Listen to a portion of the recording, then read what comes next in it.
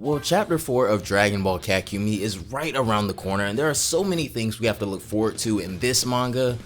While the absence of Goku still remains a major concern for the plot of this story, for now, the Z Fighters will have to proceed with their training without him, and leave locating him up to the Grand Priest and the other angels. However, in our most recent video on Kakyoumi, it's revealed that not only was Goku captured and restrained within Universe Zero before the introduction of the former angels and gods at the palace, but when the Grand Priest refroze all of them, including the angel's mother, and temporarily sealed them within Universe Zero, Goku was never retrieved beforehand. With Goku frozen alongside the former gods of destruction and the angels of the sealed universes, there doesn't seem like a truly plausible way to save him without breaking the seal and releasing all of them again, igniting the war much sooner than the 2 years that the seal will allow.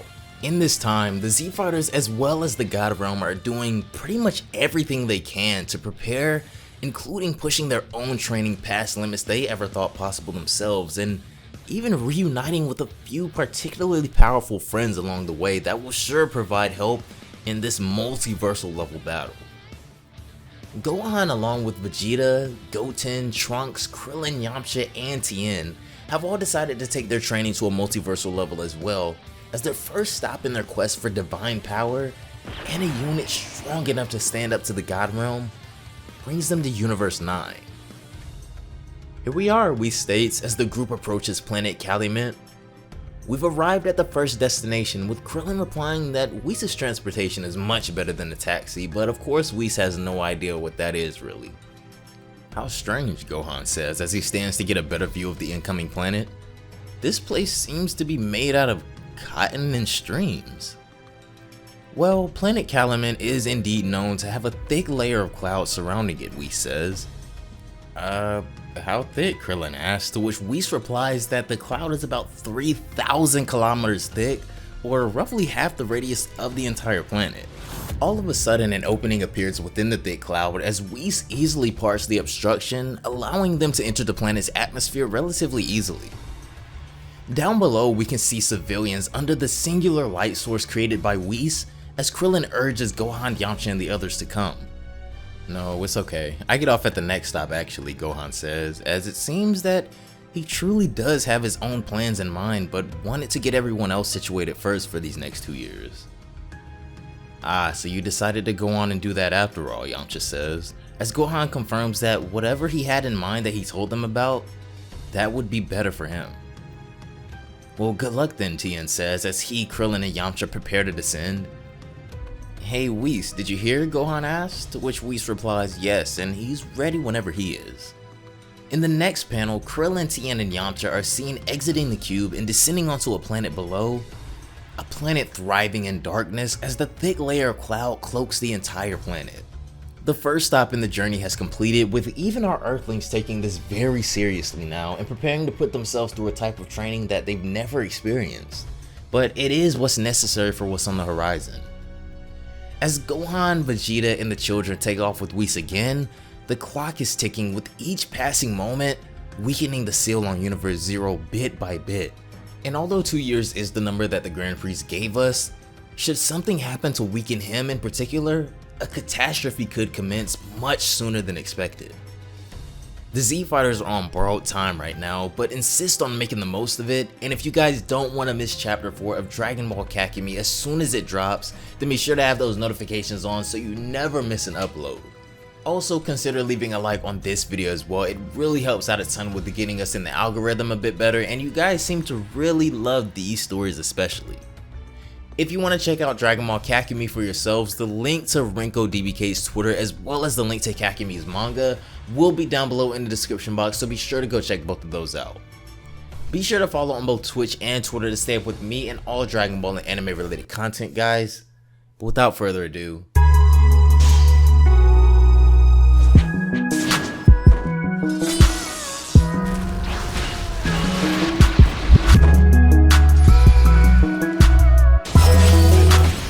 why did Gohan get off here? Trunks asks, as the Saiyans continue their journey throughout the multiverse, going from destination to destination, as each has their own plans for training over these next 2 years. No idea, Goten replies.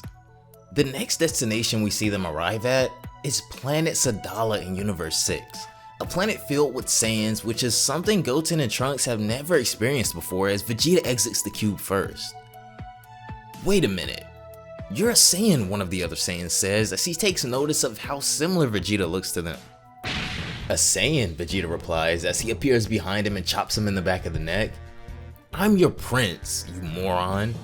If you're looking for a fight, you're in for a treat, jerk, another Saiyan says as the crowd begins to step towards Vegeta. A one-armed man? A one-eyed man, Vegeta says? And an army of wimps that wouldn't be worth a power level of 1,000. Am I really going to stoop to this, he says arrogantly. Look, Goten, Trunks says as we see the two hybrid Saiyans still aboard the cube, having dropped off everyone else and looping back around to their final destination now. It's Beerus' planet, he says. It's smaller than I expected, Goten says, but who cares? It's so cool to have your own planet still. As the cube rushes towards Beerus' home, he immediately gets to his feet to reject whoever is thinking about coming to disturb him for anything, as he immediately asks WHIS what's the meaning of this. Come on, Lord Beerus, WHIS says. Please be indulgent. No, Beerus says. I don't care. This isn't a club med for Saiyans. Go home. I don't want kids around, he says. This specifically seems to tick Goten off, who was particularly serious about this training to be able to save his dad. My dad may be dead by now, Goten says angrily. In another tone, mortal. Your father is the least of our worries in a war of this magnitude, Beerus says. Anyway, hothead, he continues. As he is, Goku would have died one moment or another anyway. This causes Goten to go absolutely berserk as he begins to transform and charges directly at Beerus, who didn't think Goten would be so crazy enough to just attack him head on. Before Beerus does make his move, however, Trunks steps between them immediately before Goten throws his entire life and pretty much existence away in the blink of an eye, telling him to calm down. Get out of the way, Trunks, Goten says angrily. Beerus, however, is quickly losing his patience with the two children, as from behind Trunks we can see his aura growing more and more menacing. All of a sudden, both Goten and Beerus disappear in the blink of an eye, and what we see next is Beerus flying at blazing speed with Goten's face in his hand as he tosses the Saiyan with ruthless force across the planet. Stop bawling, he yells, as Goten is sent flying into the planet's moon, being firmly lodged in the side of it. It's not over, Beerus, Goten mumbles as he struggles to get back to his feet. This is when Beerus appears in front of him again, grabbing him by the face and preparing to just erase the boy, but changes his mind at the last second, flicking Goten on the forehead and just knocking him out cold for now. WHIS, I am adamant that there will be no more guests on my planet. Go practice somewhere else, he says. To which WHIS finally obliges, not wanting Beerus to end up just killing the two boys eventually. Back on planet Calumet in Universe 9, we catch back up to Krillin, Yamcha, and Tien, who don't seem to be having much luck communicating with the inhabitants, as Krillin confirms that it seems they don't speak their language. However, Bergamo and the others could understand them, and this is when out of the crowd, Bergamo, Lavenda, and Basil peer through everyone and seem to take note of their old rivals from the tournament as well. You think they're the ones that made that hole in the sky, Basil says? Next, we return to planet Sadala, as it would seem that, as we would expect, Vegeta has made extremely quick work of these Saiyans who challenged him when he first arrived. All of a sudden, Caulifla shows up wondering why all of her friends are beaten up and piled up in this huge stack, and then she sees Vegeta. What the heck is he doing here, she says, surprised.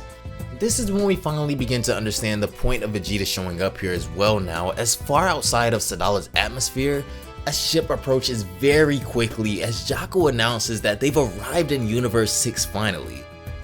And everyone in one piece.